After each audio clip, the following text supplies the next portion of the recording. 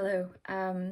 This is going to be a video about grief, which is kind of unsettling, but I wanted to talk about it anyway because I don't know, my last video that I made, a couple of people actually commented and I thought it was really, really cool because I've never done this before and it's really interesting and I don't know, it makes you feel good whenever you see and hear that other people are listening to you and people actually kind of care about what you have to say, even though you're one of like 8 billion people in the world. It's really interesting. I got these two ornaments from my grandfather who passed away recently. I'm saying recently, but he passed away about almost 2 months ago, and it took me this long to actually make a video about it because I didn't know how to feel for the longest time. How it happened was he was only 71 and he was diagnosed with pulmonary fibrosis, which is basically where every time you cough, your lungs can get scarred, like the tissue can get scarred, and it gets worse and worse over time, obviously, and I don't think there's a cure for it. And he only had it for about a year, or he was only diagnosed with it for about a year, and then he passed away. But it was actually a heart attack that killed him, not what he was diagnosed with first. And it sort of makes you realize that even whenever someone is sick with something else, it just doesn't stop, other natural causes from actually getting you, because, you could be fit and healthy and the next minute, like, something goes terribly wrong and you might not make it out alive. And it really made me worry for a while about this whole thing with, like, not like quantum immortality, but like there are so many realities that you can think of in your brain where you're not ever truly healthy. Like, you're never truly fit and in great performance, and there never really is a prime. Sure, there's like age-related prime where you're probably not going to get dementia whenever you're like 12, but or you're not going to get like age-related cancer whenever you're like in your 20s or your 30s. But it really makes you wonder, like, what path you have laid out for you. And I've been questioning my religion for a little bit, and that whole event just made me question it even more. Like, is there really a God? And how him and my grandmother wanted it to be was there was going to be no funeral. There was no funeral.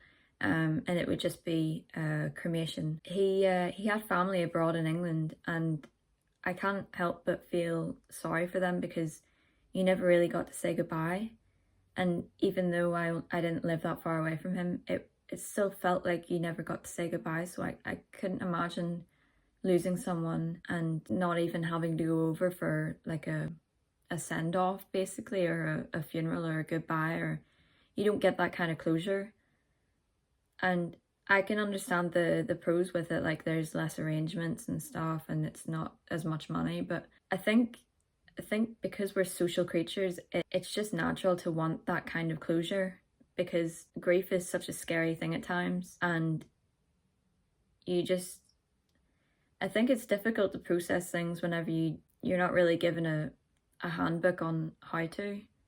This is going to be my first edit. I've never cut anything before, but I'll learn how to do that.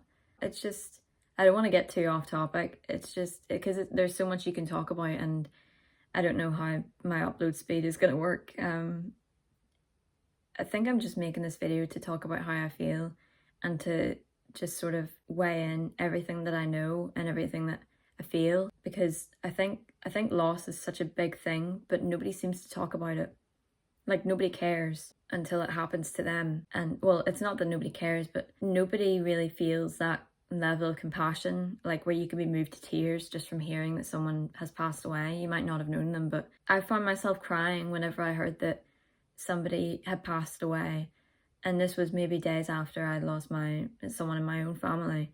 But I was that emotional and that stricken that I felt like I could actually cry for that person, even though I never knew them and I never knew the person who died. It just makes you feel a certain way about life and about things, that you're just constantly you just constantly feel remorse and like melancholy for all of the things that you'll never get to do, and all the things that the person who died never got to do. It's only until like you're past that stage where you can start to appreciate the things that you actually did do together. I'm at that stage now, and I don't feel horrible about it anymore. I don't feel regret. I don't feel like, oh, if only I had called him or messaged him or, you know, done more, because like you never know what's going to happen. And it's not good to blame yourself whenever you don't have to. I don't know, that's just how I feel about it. But yeah,